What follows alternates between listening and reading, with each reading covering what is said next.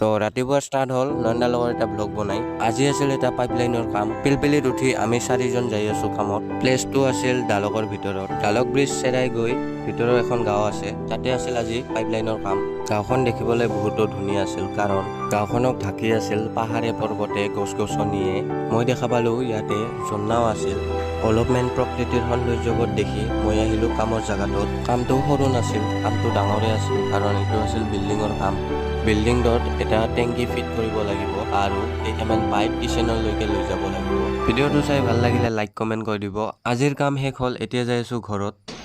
তো গাইজ, আজিৰ ভিডিঅ'টো বেছি লম্বা নকৰি ইয়াতে খতম কৰিম। নেক্সট এটা ব্লগত লগ পাম, তেতিয়ালৈকে দেখি থাকক নীতিশ ব্লগছ। Bye bye.